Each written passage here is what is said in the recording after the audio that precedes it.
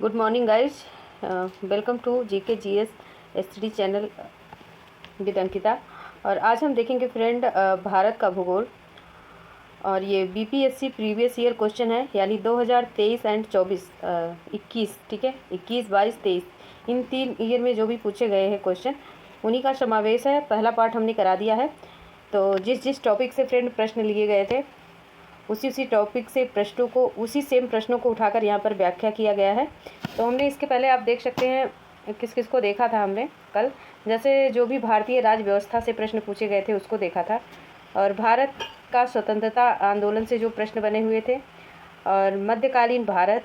तो जो भी टॉपिक इन सबसे बने हुए थे आप देख सकते हैं, इनको हमने कल कवर किया था।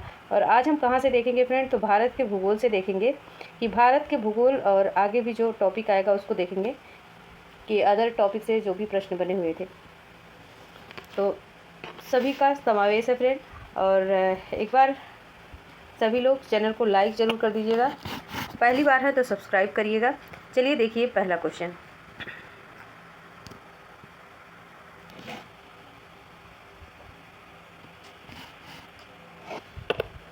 समन्वित ग्रामीण का विकास कार्यक्रम भारत में कब लागू किया गया? 2 अक्टूबर 1979, 2 अक्टूबर 1980, 2 अक्टूबर 1981 या फिर 2 अक्टूबर 1982। तो समन्वित ग्रामीण विकास कार्यक्रम को भारत में लागू किया गया 2 अक्टूबर 1980 में। ग्रामीण गरीब परिवारों को गरीबी की रेखा के ऊपर उठाने के लिए 2 अक्टूबर 1980 को समन्वित ग्रामीण विकास कार्यक्रम प्रारंभ किया गया। इसके अंतर्गत निर्धन परिवारों को रोजगार हेतु अनुदान और ऋण उत्पादक परिसंपत्तियां दी जाती हैं। समन्वित विकास कार्यक्रम के सभी लाभार्थियों के लिए सामूहिक बीमा योजना लागू की गई। नेक्स्ट प्रश्न है, तातीपा का तेल शोधनशाला अवस्थित है असम राज्य में, उत्तर प्रदेश राज्य में, कर्नाटक में या फिर आंध्र प्रदेश राज्य में? तो तातीपा का तेल शोधनशाला अवस्थित है फ्रेंड असम राज्य में, ठीक है। और ये उत्तर प्रदेश के मथुरा, कर्नाटक मंगलौर, असम में नुमालीगढ़, डिगबोई में प्रथम तेल शोधन केंद्र है, ठीक है, याद रखेंगे आप। आगे देखिए नेक्स्ट क्वेश्चन। रिहंद किसकी सहायक नदी है? महानदी की है, स्वर्णरेखा, सोन या फिर महानदी? तो महानदी 2 बार दिया ऑप्शन में, तो friend option C is right answer. Rihand Son नदी की सहायक नदियों में से एक है, जिसे रेणु, रेणुका, रेंद, रेर और रेहर भी कहते हैं। यह भारत के छत्तीसगढ़ तथा उत्तर प्रदेश राज्यों से होकर प्रवाहित होती है। रेणु या रेणुका इसका प्राचीन नाम है। नेक्स्ट है फ्रेंड, सुखना झील जिसका निर्माण 1958 में हुआ था, यह किस स्थान पर स्थित है? चंडीगढ़, हैदराबाद, भोपाल या फिर जयपुर? तो सुखना झील जिसका निर्माण 1958 में हुआ, यह किस स्थान पर स्थित है? तो चंडीगढ़ में स्थित है। Option A is right answer.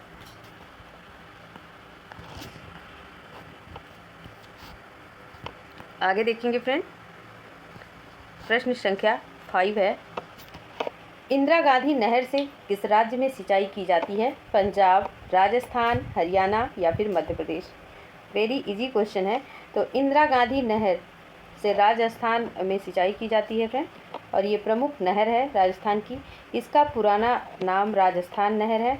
यह राजस्थान के उत्तर पश्चिम भाग में बहती है, और इसे किस नाम से जाना जाता है? तो फ्रेंड इसे राजस्थान में मरु गंगा के नाम से जाना जाता है। राजस्थान नहर सतलज ब्यास नदियों के संगम पर निर्मित हरिके बांध से निकाली गई है। यह नहर पंजाब, राजस्थान को पानी की आपूर्ति करती है। पंजाब में इस नहर की लंबाई 132 किलोमीटर है, और वहां इसे राजस्थान फेडर के नाम से जाना जाता है। इसे इस क्षेत्र में सिंचाई नहीं होती है, बल्कि पेयजल की उपलब्धि होती है।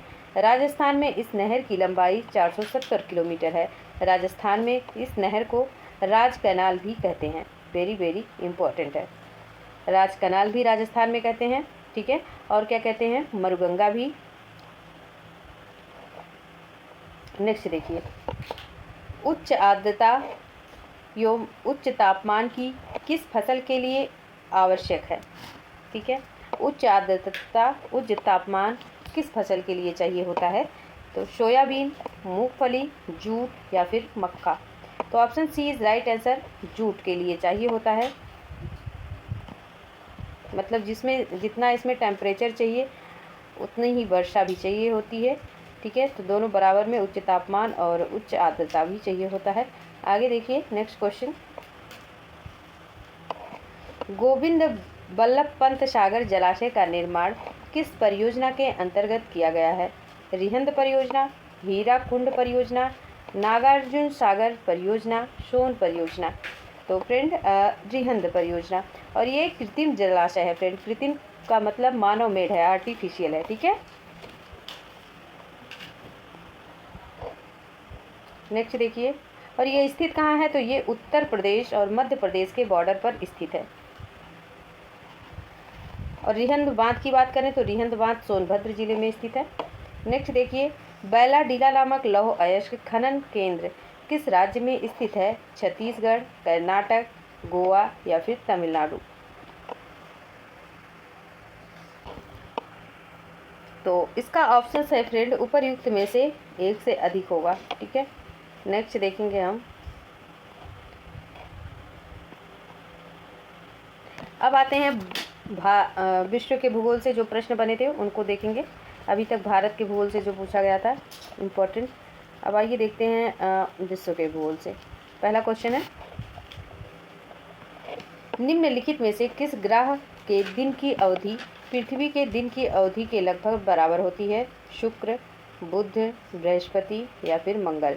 तो friend option D is right answer, Mangal. Next question है, निम्नलिखित में कौन आग्नेय चट्टान नहीं है? ग्रेनाइट, बेसाल्ट, डोलेराइट या फिर सिस्ट। तो option D is right answer. ठीक है, सिस्ट नहीं है। आग्नेय चट्टान में आता है मैग्मा, लावा के जमने के कारण बनती है। और आग्नेय चट्टान में क्या आता है? ग्रेनाइट, बेसाल्ट, पेग्माइट, डोलोराइट और गैब्रो। आग्नेय चट्टान स्थूल, परत रहित, कठोर संघनन और जीवाश्म रहित होती हैं। आर्थिक रूप से यह बहुत ही संपन्न चट्टान है। संपन्न का मतलब स्ट्रॉन्ग है। इसमें चुंबकीय लोहा, निकिल, तांबा, जस्ता, क्रोमाइट, मैग्नीज, सोना और प्लेटिनियम पाए जाते हैं। बेसाल्ट में लोहा की मात्रा सबसे अधिक होती है। इस चट्टान के क्षरण से काली मिट्टी का निर्माण होता है। पैगमाइट झारखंड में पाया जाने वाला अभ्रक इन्हीं शैलों में मिलता है। नेक्स्ट देखिए, बरमूडा त्रिकोण स्थित है उत्तर प्रदेश प्रशांत महासागर में, दक्षिण प्रशांत महासागर में, उत्तर प्रदेश अटलांटिक महासागर में और दक्षिण अटलांटिक महासागर में। तो बरमूडा त्रिकोण स्थित है friend, option E is right answer होगा। ठीक है, क्योंकि बरमूडा त्रिकोण उत्तर पश्चिम अटलांटिक महासागर का एक क्षेत्र है जिसमें कुछ विमान और सतही त्रुटि या प्रकृति के कृत्यों की सीमाओं के परे है। नेक्स्ट देखिए, नेक्स्ट क्वेश्चन है, निम्नलिखित में किस स्थानीय पवन को हम हिमभच्ची कहा जाता है? हिमबच्ची, फोन को, चिनूक को, हरमटन को या मिस्ट्रल को। तो फ्रेंड किसको कहा जाता है? हिमबच्ची। तो चिनूक को कहा जाता है हिमबच्ची। चिनूक हवा है और इसको हिमबच्ची कहा जाता है। क्यों कहा जाता है आइए देखते हैं।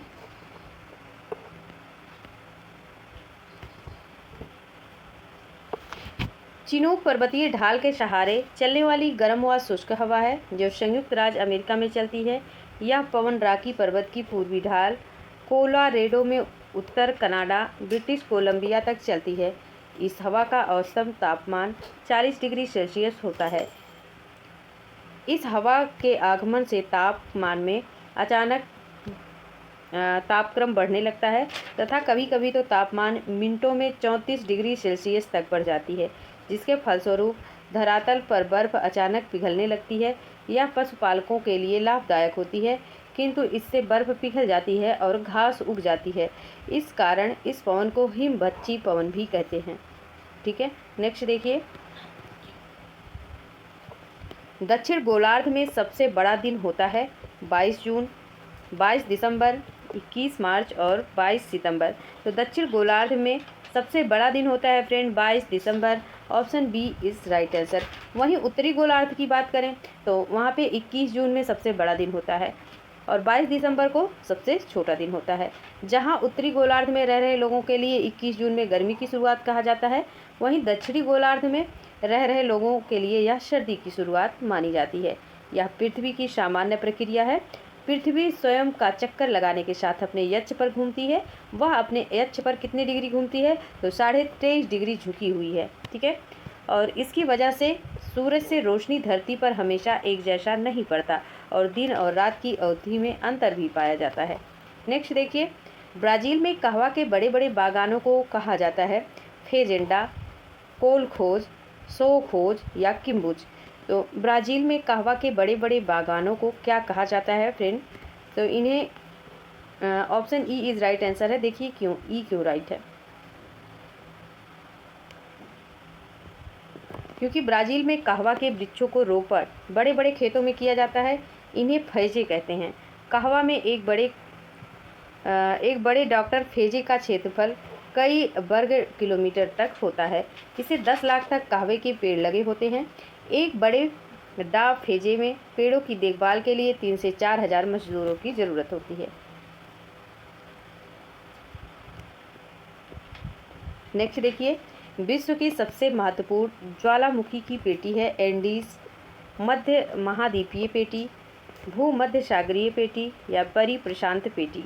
तो विश्व की सबसे महत्वपूर्ण ज्वालामुखी पेटी है कौन सी? तो परिप्रशांत पेटी, option D is right answer. और ये परिप्रशांत बेल्ट के जिसे रिंग ऑफ द फायर भी कहा जाता है। ठीक है, सक्रिय ज्वालामुखी लगातार आने वाले भूकंपों के कारण निर्मित प्रशांत महासागर के चारों तरफ का क्षेत्र है। ज्वालामुखियों की यह परिप्रशांत श्रृंखला की और इससे जुड़े हुए श्रृंखलाओं महाद्वीपों के नीचे महासागरीय लिथोस्फीयर और प्रशांत महासागर के परितः पाए जाने वाले द्वीपों में बार बार होने वाले घर्षण का फलस्वरूप बनी। The ring of fire plate tectonics and conservative boundary transform plate boundary का परिणाम है। ये क्या लिखा है स्पष्ट नहीं हो रहा है, ठीक है, प्रिंट की वजह से। आगे देखेंगे, जीव विज्ञान पर आते हैं और देखते हैं जीव विज्ञान से कौन कौन से क्वेश्चन बने हुए थे। निम्नलिखित गैसों में से कौन प्रकाश संश्लेषण के प्रक्रिया के लिए आवश्यक है? तो कार्बन डाइऑक्साइड, CO, N2O2। बताइए इसमें कौन सा सही है? तो friend option B is right answer. प्रकाश संश्लेषण के लिए कार्बन डाइऑक्साइड। नेक्स्ट देखिए, और फ्रेंड जिस किसी को इंग्लिश में चाहिए नोट्स, इंग्लिश की पूरी PDF चाहिए, तो वो PDF हमारे पास है। आप कमेंट कीजिएगा और टेलीग्राम चैनल को ज्वाइन कीजिएगा। आप बताइएगा आपको चाहिए क्या, तो हम आपको उपलब्ध करवा देंगे। जिस किसी को भी PDF की आवश्यकता है ज़रूर कमेंट कीजिएगा। गोल्डन धान में पाया जाता है सर्वाधिक मात्रा में विटामिन A, B, C या फिर K। तो विटामिन A पाया जाता है। ठीक है, गोल्डन राइस का विकास अंतर्राष्ट्रीय धान अनुसंधान केंद्र IRRI मनीला फिलीपींस द्वारा जीन प्रौद्योगिकी का प्रयोग कर किया गया था। इसमें बीटा कैरोटीन पाया जाता है जिससे विटामिन की कमी को पूरा किया जा सके। नेक्स्ट देखिए, मनुष्य के अंगों में कौन एक हानिकारक विकरणों से सर्वाधिक सुभाव्य है? आँख, हृदय, मस्तिष्क, फेफड़े। तो option A is right answer, आँख है फ्रेंड। और विकिरण ऊतकों को दुष्प्रभावित करते हैं जिससे जीन एवं कोशिकाओं में भी समस्या उत्पन्न होती है। विकिरण से सर्वाधिक दुष्प्रभावित आँखें होती हैं जबकि विकिरण का सर्वाधिक कम प्रभाव मस्तिष्क पर पड़ता है। नेक्स्ट क्वेश्चन देखिए, मच्छरों के नियंत्रण हेतु प्रयोग होने वाले कीट भक्षी मछली है हिल्सा, लेबियो, गैम्बूसिया या मिस्टस। ठीक है, तो option C is right answer, gambusia. मच्छरों पर नियंत्रण रखने के लिए गैम्बूसिया नामक मछली का जल निकायों का प्रयोग किया जाता है। यह मछली मच्छरों के अंडों में लावा खाकर उनकी जनसंख्या वृद्धि को नियंत्रित करती है। नेक्स्ट देखिए, बीएमडी परीक्षण किया जाता है पहचान करने के लिए? डेंगू को, मलेरिया को, ओस्टियोपोरोसिस एड्स की। ठीक है, तो friend option C is right answer. BMD का परीक्षण ओस्टियोपोरोसिस की पहचान के लिए किया जाता है। इससे अस्थि की सांद्रता मजबूती मापने के लिए प्रयोग किया जाता है। समझ गए? ऑस्टियो का मतलब क्या? बोन्स।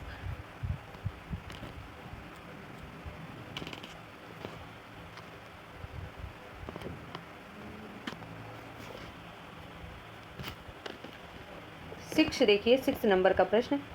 प्रशीतन खाद्य परीक्षण में मदद करता है जीवाणुओं को मारकर, जैव रासायनिक अभिक्रियाओं की दर को कम कर, एंजाइम क्रिया नष्ट कर, खाद्य पदार्थ को बर्फ की परत से ढककर, उपर्युक्त में से कोई नहीं या फिर उपर्युक्त में से एक से अधिक।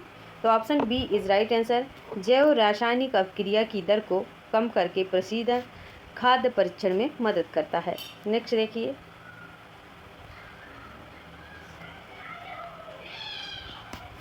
डीएनए डेहेलिक्स प्रारूप को पहली बार किसने प्रस्तावित किया था? वाटसन तथा क्रिक ने, फिशर तथा हाल्डानी ने, लेमार्क तथा डार्विन ने, हुगो डी वीज ने। तो option A is right answer, Watson तथा क्रिक ने। जेम्स वाटसन एवं अमेरिका जीवाणु वैज्ञानिक डीएनए की बनावट का पता लगाने के लिए जाने जाते हैं। इस कार्य के लिए उन्हें फ्रांसिस ब्रिग्स और मॉरिस बिलिंकस को 1962 में नोबेल पुरस्कार भी मिला है। और डीएनए की बनावट डबल हेलिक्स की तरह होती है। वाटसन और क्रिक ने इस बनावट को किस तरह से पता लगाया, इसका वर्णन उन्होंने द डबल हेलिक्स पुस्तक में लिखा है। तो द डबल हेलिक्स पुस्तक किसकी है फ्रेंड? तो वाटसन एंड क्रिक की है। ठीक है, आगे देखेंगे। अजीवी पादप जिसमें संवहन ऊतक पाया जाता है? बायोफाइटा, अनावृत बीजी, टेरिडोफाइटा, आवृत बीजी। ठीक है, तो आजीवी पादप जिसमें संवहन ऊतक पाया जाता है टेरिडोफाइटा। टेरिडोफाइटा में फूल नहीं लगते, इसमें वास्तविक जड़ें होती हैं। अधिकांश पौधों में सुविकसित पत्तियां होती हैं और इनके ऊतक मांस के ऊतकों से अधिक विकसित होते हैं। कुछ फासिलों में जड़ें और पत्तियां नहीं पाई जाती। ये संवहनीय पौधे हैं। इनका प्रसारण बीजों में नहीं वरन बड़े सूक्ष्म बीजाणुओं से होता है, जो बहुत बड़ी संख्या में बीजाणुओं से बनते हैं और इनके बीजाणु अंकुरित होकर फर्न नहीं बनाते, अपितु ये सूक्ष्म नगण्य सुकायक बनाते हैं जिनमें लैंगिक इंद्रियों जैसे भाग रहते हैं। आगे देखिए नेक्स्ट क्वेश्चन। जीवाणु का अध्ययन किस संघ में करते हैं? जीवाणु का अध्ययन किस संघ में करते हैं? तो फ्रेंड मिक्सोमाइकोफाइटा, युगलिनोफाइटा, बैक्टीरियोलॉजी या फियोफाइटा। तो option C is right answer, bacteriology. ठीक है, जीवाणुओं का अध्ययन बैक्टीरियोलॉजी के अंतर्गत या इसके संघ में किया जाता है। अब आते हैं हम देखिए रसायन विज्ञान पर चलते हैं कि रसायन विज्ञान से कौन कौन से क्वेश्चन बने हुए थे। तो अगर आपको अच्छा लग रहा हो क्वेश्चन तो लाइक शेयर जरूर कीजिएगा। ठीक है, परमाणु की रचना का वर्तमान अवधारणा किस वैज्ञानिक द्वारा दी गई? रदरफोर्ड, गोल्डस्टीन, नील्स बोर या फिर जे थॉमसन। तो option C is right answer, Niels Bohr द्वारा परमाणु संरचना की वर्तमान अवधारणा वैज्ञानिक द्वारा दी गई। नील्स हेनरिक डेविड बोर ये डेनमार्क के भौतिक विज्ञानी थे जिन्होंने क्वांटम विचारों के आधार पर हाइड्रोजन परमाणु के स्पेक्ट्रम की व्याख्या की। नाभिक के बूंद मॉडल के आधार पर उन्होंने नाभिकीय विखंडन का एक सिद्धांत प्रस्तुत किया। बोर ने क्वांटम यांत्रिक संकल्पनाओं समस्याओं का विशेषकर संपूर्ण परकता के सिद्धांत की प्रस्तुति द्वारा स्पष्ट करने का योगदान भी दिया। नेक्स्ट देखिए,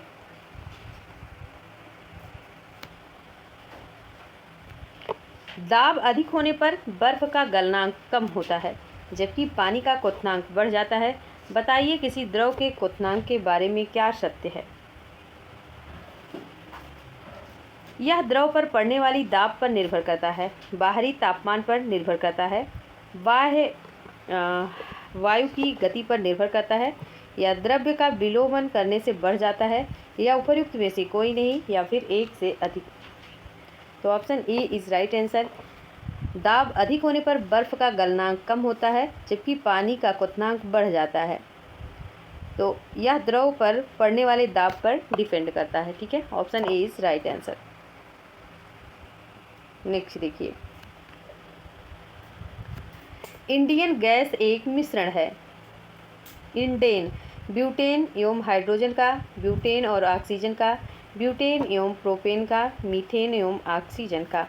तो option C is right answer. Butane एवं प्रोपेन का इंडेन गैस एक मिश्रण है और यह केंद्र सरकार के स्वामित्व वाली पेट्रोलियम कंपनी है। यह तरल पेट्रोलियम गैस एलपीजी सिलेंडर में भरकर उपभोक्ताओं तक जाती है।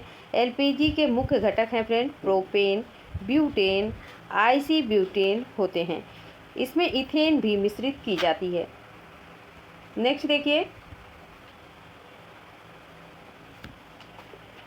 पायलोरोल्यूसाइड किसका अयस्क है? लेड का, जिंक का, मैग्नीज का, या फिर तांबा का। तो फ्रेंड ये मैग्नीज का है। Option C is right answer.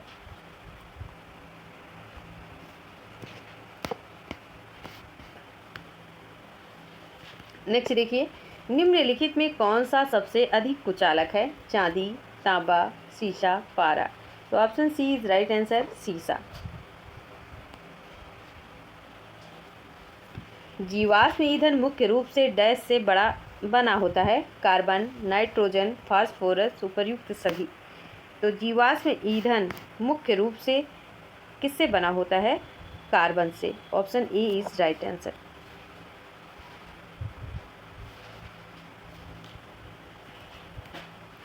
Graphite के बारे में कथनों पर विचार करना है। यह कार्बन का अपरूप है, यह ऊष्मा और विद्युत का सुचालक है। इसका उत्पादन कृत्रिम रूप से किया जा सकता है। तो कौन सा ऑप्शन इसमें राइट है फ्रेंड? तो option C is right answer.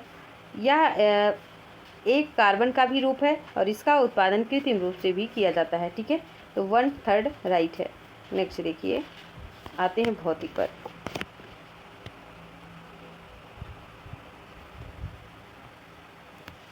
Laser एक युक्ति है जिसके द्वारा उत्पन्न किया जा सकता है स्वतः विकिरण, वर्ण विक्षेपित विकिरण, प्रकीर्ण विकिरण, या फिर उद्दीपित विकिरण। तो लेजर एक युक्ति है जिसके द्वारा उत्पन्न किया जा सकता है उद्दीपित विकिरण।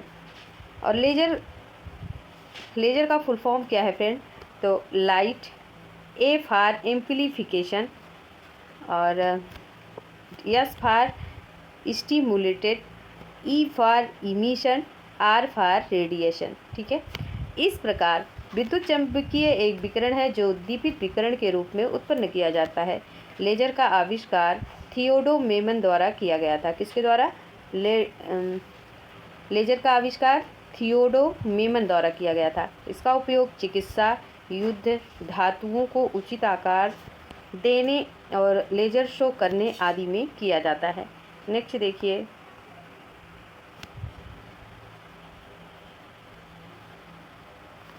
जब बर्फ़ के साथ साधारण नमक मिलाया जाता है तो बर्फ़ का गलनांक घट जाता है, बढ़ जाता है, पहले घटता है फिर बढ़ता है, अपरिवर्तित होता है। तो जब बर्फ़ के साथ साधारण नमक मिलाया जाता है तो बर्फ़ का गलनांक फ्रेंड घट जाता है। Option A is right answer. क्योंकि जब नमक को बर्फ़ के साथ ठीक मिलाया जाता है तो बर्फ़ का गलनांक कम हो जाता है। अशुद्धता की थोड़ी सी उपस्थिति एक यौगिक के गलनांक को कम कर देती है। नेक्स्ट देखिए, मिट्टी के घड़े में निम्न में से किस क्रिया के कारण जल ठंडा रहता है? तो द्रवण के कारण, या फिर वाष्पीकरण के कारण, ऊर्ध्वपातन के कारण, या फिर ताप प्रवणता के कारण। तो मिट्टी के घड़े में निम्न में से किस क्रिया के कारण जल ठंडा रहता है? तो वाष्पीकरण के कारण। क्योंकि मिट्टी के घड़े में असंख्य छोटे छोटे छिद्र होते हैं। जब घड़े में पानी भरा रहता है तो इन छिद्रों से पानी बाहर सतह पर पहुंचता है और गर्मियों में तापमान अधिक और आर्द्रता कम होने के कारण जल का वाष्पोत्सर्जन दर अधिक होता है। इस प्रक्रिया में मिट्टी के घड़े की बाहरी सतह की जल की बूंदें तीव्रता से वाष्पित होती हैं, जिसमें ये मिट्टी के बर्तन तथा अंदर भरे गए जल का तापमान गिरा देती हैं। इससे मिट्टी के घड़े में जल जो है ठंडा रहता है। नेक्स्ट देखिए,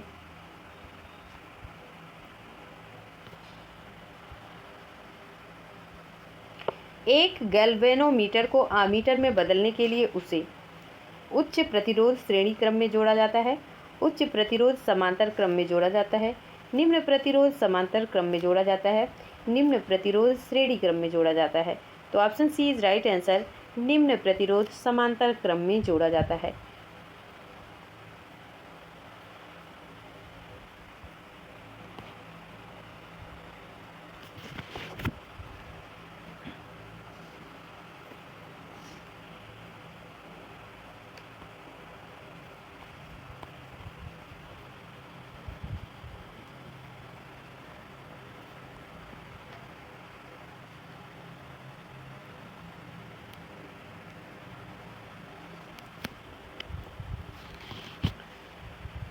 MRI निम्न में से क्या है? MRI, ठीक है, MRI। तो ये मैग्नेटिक रिकॉर्ड ऑफ इंटेस्टाइन्स है या मैग्नेटिक रिकॉर्ड ऑफ इन्वेस्टिगेशंस है, मैग्नेटिक रेजोनेंस इमेजिंग है, मैग्नेटिक रेजोनेंस इन इंटेस्टाइन्स है, ठीक है। तो option C is right answer, magnetic resonance imaging है। मैग्नेटिक रेजोनेंस इमेजिंग MRI का उपयोग चिकित्सा क्षेत्र में शरीर के आंतरिक अंगों की जांच में किया जाता है। यह बड़े चुंबकीय तथा रेडियो तरंग के माध्यम से कार्य करता है। इसके माध्यम से अंदरूनी ट्यूमर का भी पता लगाया जाता है, या फिर कहीं आपको चोट वगैरह लग गई हो तो इसका भी पता लगाया जाता है। आगे चलते हैं।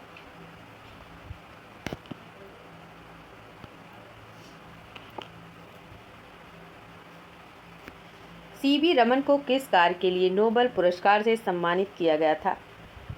न्यूक्लिक ऊर्जा, प्रकाश के प्रकीर्णन, लेसर या क्वांटम मैकेनिक्स से? तो friend option B is right answer, प्रकाश के प्रकीर्णन से। CV रमन को जिस कार्य के लिए नोबेल पुरस्कार से सम्मानित किया गया था वह प्रकाश के प्रकीर्णन से संबंधित है। किस वर्ष किया गया था फ्रेंड? तो 1930 में इन्हें भौतिक प्रतिष्ठित नोबेल पुरस्कार प्रदान किया गया था। उनका आविष्कार उनके नाम पर ही रमन प्रभाव के नाम से जाना जाता है। 1954 में उन्हें भारत सरकार भारत रत्न की उपाधि से भी विभूषित किया गया तथा 1957 में लेनिन शांति पुरस्कार प्रदान किया गया। तो क्या क्या मिला? एक तो नोबेल पुरस्कार मिला और उनके ही आविष्कार के नाम पर ही रमन प्रभाव के नाम से जाना जाने लगा। 1954 में उन्हें भारत सरकार द्वारा भारत रत्न की उपाधि मिली तथा 1957 में लेनिन शांति पुरस्कार भी प्राप्त हुआ CV रमन को। आगे देखेंगे अगले क्वेश्चन को। मरीचिका एक उदाहरण है। केवल प्रकाश के अपवर्तन, केवल प्रकाश के पूर्ण आंतरिक परावर्तन, प्रकाश के अपवर्तन एवं पूर्ण आंतरिक परावर्तन, केवल प्रकाश के परिक्षेपण। तो friend option C is right answer, प्रकाश के अपवर्तन और पूर्ण आंतरिक परावर्तन। आइए अब विज्ञान प्रौद्योगिकी से जो प्रश्न बने हुए थे उन पर नज़र डालते हैं।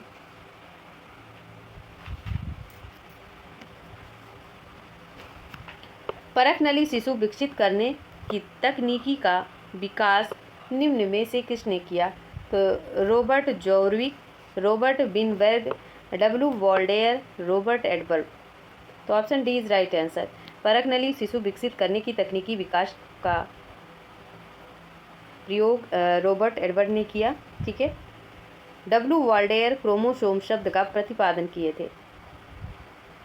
रॉबर्ट विनबर्ग ने कैंसर के जीन का पता लगाया था। वेरी वेरी इंपॉर्टेंट है, कैंसर के जीन का पता किसने लगाया? तो रॉबर्ट विनबर्ग। नेक्स्ट देखिए,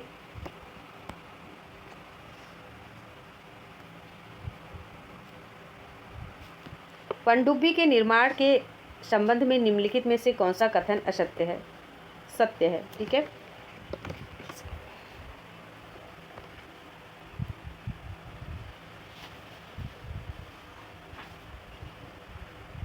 तो पहला ऑप्शन देखिए, कुल वजन समान आयतन के समुद्र जल के वजन के बराबर होती है।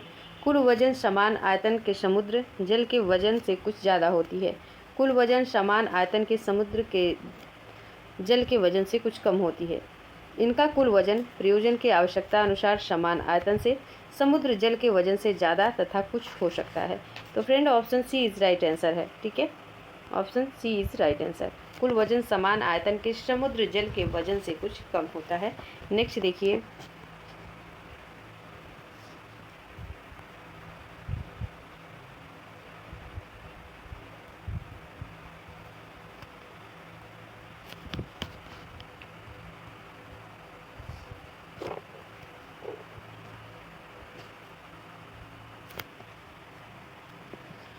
एक किलो बाइट कितने बाइट के बराबर होता है? 1024 मेगाबाइट या फिर 1024 गीगाबाइट। तो फ्रेंड 1024 मेगाबाइट के बराबर होता है। ठीक है, और भी देख लीजिए, 1024 बाइट बराबर 1 KB, 1024 KB बराबर 1 MB, 1024 MB बराबर 1 GB, 1024 GB बराबर 1 TB। ठीक है, 1024 GB बराबर 1 TB। वेरी वेरी इंपॉर्टेंट है, ये कंप्यूटर के प्रश्नों के अंतर्गत आता है, आपसे पूछा जाता है। आगे देखिए अगले प्रश्न। RT-PCR का फुल फॉर्म क्या है? तो reverse transcription polymerase chain reaction, reverse transcription polymerase complementary research, real time polymerase chain research. बताइए कौन सा ऑप्शन राइट है? तो RPCR। ठीक है, RT-PCR। Reserve, R for reserve और T फॉर ट्रांसक्रिप्शन, P का मतलब पोलीमायर्स, C का मतलब चेन और R का मतलब रिएक्शन। ठीक है, तो reverse transcription polymerase chain reaction. Next देखिए, कंप्यूटर के आविष्कारक कौन हैं? Von Neumann, JS Kilby, Charles Babbage या इनमें से कोई नहीं? तो फ्रेंड चार्ल्स बेबेज हैं, इन्हें कंप्यूटर का जनक कहा जाता है। चार्ल्स बेबेज ने एक एनालिटिकल इंजन का निर्माण किया जो गणितीय गणना करने में सक्षम है। यह मैकेनिकल मशीन थी, यह कमरे में बड़ी मशीन थी जिसको बनाने में काफ़ी खर्चा आया। इस खर्चे का वहन ब्रिटिश सरकार ने किया था। नेक्स्ट देखिए, अब पर्यावरण पर आते हैं कि पर्यावरण से संबंधित क्या क्या प्रश्न पूछे गए थे। तो पर्यावरण से 2 क्वेश्चन तो आप एकदम मान के चलिए, 2 तो आते ही हैं, 2 से 3 बनते ही हैं परीक्षा में। काजीरंगा किसके लिए जाना जाता है? गेड़े के लिए, बाघ के लिए, पक्षी के लिए या शेर के लिए? इतना इजी प्रश्न आपसे पूछा गया था। तो काजीरंगा भारतीय गैंडे का सबसे बड़ा सींग वाला गैंडा है। सबसे बड़े एशियाई सींग वाले गैंडे को कहा जाता है। इसे एक संवेदनशील, तो इसे प्रजाति के रूप में सूचीबद्ध किया गया है। ठीक है, तो इसे संवेदनशील एक प्रजाति के रूप में सूचीबद्ध किया गया। काजीरंगा को वन्य जीव प्रजाति संरक्षण के लिए वर्ल्ड लाइफ इंटरनेशनल द्वारा एक महत्वपूर्ण पक्षी के रूप में मान्यता प्राप्त है। पार्क में बड़ी संख्या में हाथियों, बड़ी आबादी, जंगली भैंसा और दलदली में रहने वाले हिरन भी रहते हैं। ठीक है, वेरी वेरी इंपॉर्टेंट है। आगे देखिए, जनसंख्या के निम्नलिखित में से किस अंग को समावेशित विकास कार्यक्रम में सम्मिलित नहीं किया जा सकता? सीमांत कृषक, भूमिहीन कृषक, अनुसूचित जाति एवं अनुसूचित जनजाति, क्या लिखा है, अर्ध शहरी क्षेत्रों में रहने वाले व्यक्ति। तो यही option D is right answer. तो जनसंख्या में किस अंग को सम्मिलित नहीं किया जा सकता? जो अर्ध शहरी हैं। ठीक है, आगे देखिए, सर्वाधिक जैव विविधता पाई जाती है टुंड्रा में, शंकुधारी वन में, उष्णकटिबंधीय वर्षा वनों में, शीतोष्ण वनों में। तो सर्वाधिक जैव विविधता पाई जाती है friend, option C is right answer, उष्णकटिबंधीय वर्षा वनों में। कितने प्रतिशत पाई जाती है? तो सर्वाधिक पाई जाती है उष्णकटिबंधीय वर्षा वनों में। संसार की 50% प्रजातियां यहाँ पर निवास करती हैं। इस क्षेत्र को जैव विविधता का भंडार कहा जाता है। दक्षिण अमेरिका में अमेजन उष्णकटिबंधीय वर्षा वन में जैव विविधता विश्व की सर्वाधिक है। नेक्स्ट देखिए, तो 3 पेज और है, हम कंप्लीट कर रहे हैं फ्रेंड। ठीक है, 40 मिनट की क्लास रहेगी आपकी। निम्नलिखित में कौन एटाल वलयाकार प्रवाल भित्ति है? अंडमान एवं Nicobar, Funafuti, Mauritius, great barrier reef. तो option B is right answer, Funafuti. Next प्रश्न देखिए फ्रेंड, भारत में निम्नलिखित में कौन सा अधिनियम वन्य जीवों को संरक्षण प्रदान करता है? तो वन्य जीव संरक्षण अधिनियम 1972, वन्य जीव संरक्षण अधिनियम 1982, पर्यावरण संरक्षण अधिनियम 1996 और पश्चिम बंगाल वन्य जीव संरक्षण अधिनियम 1959। तो भारत में निम्नलिखित में कौन सा अधिनियम वन्य जीवों को संरक्षण प्रदान करता है? तो option A is right answer, वन्य जीव संरक्षण अधिनियम 1972। नेक्स्ट,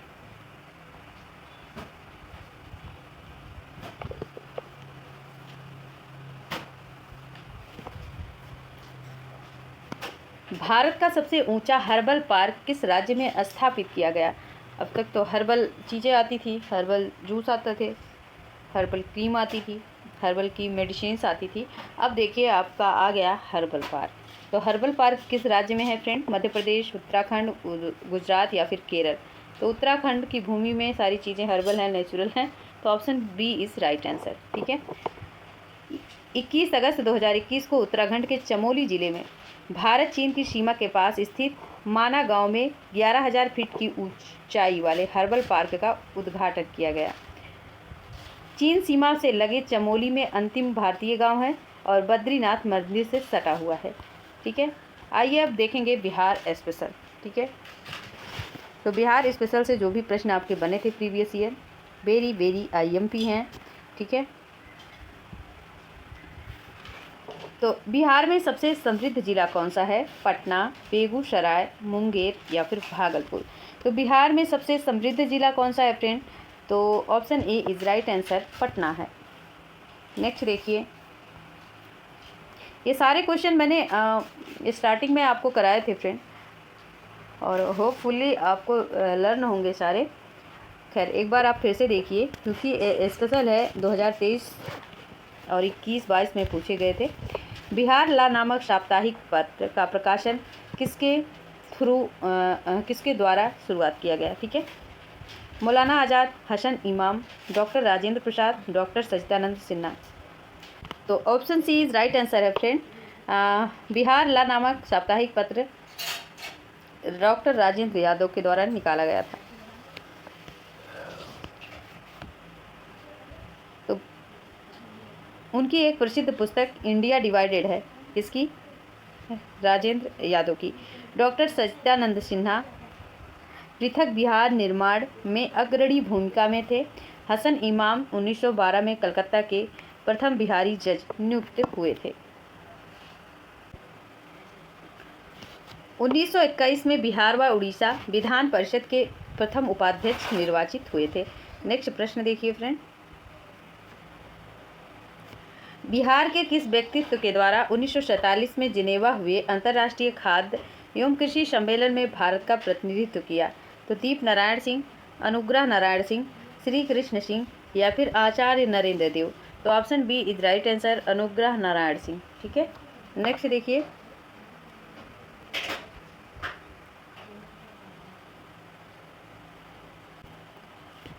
मालिक बयां का मकबरा बिहार के किस स्थान पर अवस्थित है? बिहार शरीफ, पटना, मनेर या फिर रोहतास।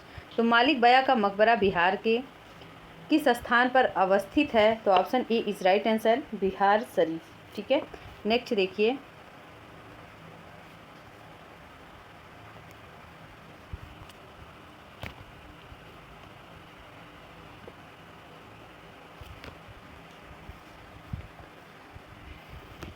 धुआं कुंड जलप्रपात बिहार में कहाँ है? सासाराम, गया, हाजीपुर, दरभंगा। तो यह सासाराम में है। धुआं कुंड जलप्रपात बिहार के सासाराम में है। कैमूर पर्वत श्रृंखला 3 किलोमीटर परिधि के अवस्थित मंझार कुंड धुआं कुंड राज्य के रमणीक स्थानों में से एक है। पर्वत पर कांवड़ नदी का पानी एक धारा बनाकर टेढ़े मेढ़े रास्तों से गुजरते हुए मांझर कुंड जलप्रपात में इकट्ठा होता है। ऊपर से बहने वाला पानी जाकर ऊंचे पर्वत से झरना के रूप में जमीन पर गिरता है। नेक्स्ट देखिए, बिहार के किस अभयारण्य में साइबेरियाई पक्षी आते हैं? तो कुशेश्वर अभयारण्य, गोगाबिल अभयारण्य, बक्सर अभयारण्य या फिर सुहिया अभयारण्य। तो बिहार के किस अभयारण्य में साइबेरियन पक्षी आते हैं? कुशेश्वर अभयारण्य में। वाल्मीकि वन्य अभयारण्य ये पश्चिम चंपारण में है। उदयपुर वन्य अभयारण्य पश्चिम चंपारण में है। पंत वन्यजीव अभयारण्य नालंदा में है। नागी डैम पक्षी अभयारण्य जमुई में है। कंबर झील वन्य अभयारण्य बेगूसराय में। नाग बांध पक्षी विहार जमुई में। विक्रमशिला डॉल्फिन वन्य अभयारण्य भागलपुर में। कुशेश्वर स्थान पक्षी अभयारण्य दरभंगा में है। और जबकि नकटी डैम वन्य अभयारण्य ये जमुई में है। आप स्क्रीनशॉट लेना चाहे तो इसका ले सकते हैं और याद कर सकते हैं। आगे देखिए अगले प्रश्न को। बिहार में सर्वाधिक अनुसूचित जातियों की संख्या किस जिले में है? बांकी, समस्तीपुर, मुजफ्फरपुर, गया। तो option A is right answer, बांकी। बिहार में सर्वाधिक अनुसूचित जातियों की संख्या किस जिले में है? बांकी जिले में। कुल जनसंख्या में अनुसूचित जाति मतलब SC वर्ग 15.9% हैं। सर्वाधिक अनुसूचित जाति जनसंख्या वाला जिला गया है। सर्वाधिक अनुसूचित जाति जनसंख्या प्रतिशत वाला जिला भी गया है। आइए देखिए अगला प्रश्न सामान्य जागरूकता संबंधी है। ठीक है, तो आंतरिक सुरक्षा अकादमी अवस्थित है माउंट आबू, नासिक, हैदराबाद, पुणे। तो option A is right answer, mount Abu. Mount Abu कहाँ पड़ता है? तो यह राजस्थान के माउंट आबू में स्थित है आंतरिक सुरक्षा अकादमी। 1 फरवरी 1975 में CRPF द्वारा स्थापित किया गया। आरंभ में इस इमारत को आबू लॉरेंस स्कूल के रूप में इस्तेमाल किया गया, जिसकी स्थापना major general sir HM Lawrence ने की। इससे भारतीय पुलिस सेवा अधिकारियों के एक प्रशिक्षण महाविद्यालय 1948 में इस भवन को स्थापित किया गया। इस प्रशिक्षण को केंद्र राष्ट्रीय पुलिस अकादमी हैदराबाद में स्थापित कर दिया गया। नेक्स्ट देखिए, राष्ट्रीय डेयरी अनुसंधान संस्थान स्थापित है करनाल में, हिसार, आनंदपुर या फिर जयपुर। तो ये करनाल में है। और नेशनल डेयरी का फुल फॉर्म क्या होगा फ्रेंड? राष्ट्रीय नेशनल डेयरी का national dairy research institute NDRI। ठीक है, NDRI याद रखेंगे आप। आगे देखिए अगले क्वेश्चन को। तो ग्रीष्मकालीन टोक्यो ओलंपिक 2020 का शुभंकर क्या था? तो मीराई तोवा वेनलॉक, सुहोरंग सोमिटी। ग्रीष्मकालीन टोक्यो ओलंपिक 2020 का शुभंकर मीराई तोवा था। यह जापान की संस्कृति, परंपरा, आधुनिक दोनों का प्रतिनिधित्व करते थे। मिराई तोवा जापानी कहावत से प्रेरित है। जापानी शब्द मिराई तोवा, मिराई का अर्थ भविष्य की ओर, तोवा का अनंत काल होता है।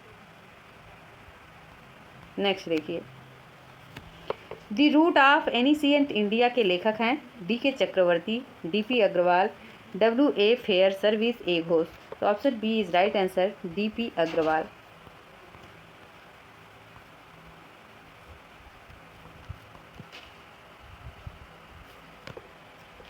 नेक्स्ट देखिए, विश्व व्यापार संगठन का मुख्यालय कहाँ है? जिनेवा, वाशिंगटन, न्यूयॉर्क या फिर मनीला।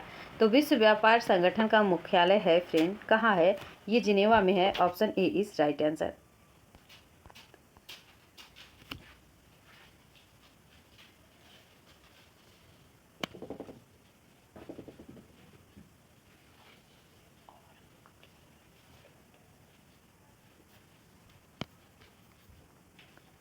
नेक्स्ट देखिए, केंद्रीय विद्यालय संगठन की स्थापना कब की गई? 1963 में, 1964 में, 1965 में, 1966 में। तो केंद्रीय विद्यालय संगठन की स्थापना कब की गई? Option A is right answer, 1963 में।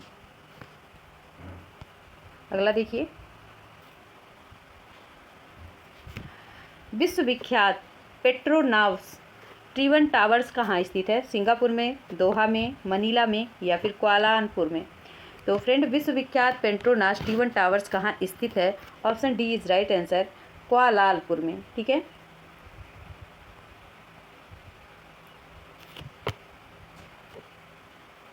नेक्स्ट, अंतर्राष्ट्रीय प्रगति संरक्षण संघ का मुख्यालय कहाँ स्थित है? जिनेवा, फिलीपींस, सिडनी या फिर पेरिस। तो option A is right answer, Geneva में। अंतर्राष्ट्रीय प्रगति संरक्षण संघ की स्थापना 5 अक्टूबर 1948 में की गई। इसका मुख्यालय स्विट्जरलैंड के जिनेवा में स्थित है। वर्तमान में यह कहाँ पड़ेगा? जांग सिन सेंग, ठीक है। वर्तमान में जांग सिन सेंग इसके क्या हैं? अध्यक्ष हैं। कहाँ पड़ेगा? तो ये स्विट्जरलैंड के जिनेवा में स्थित है, याद रखेंगे आप।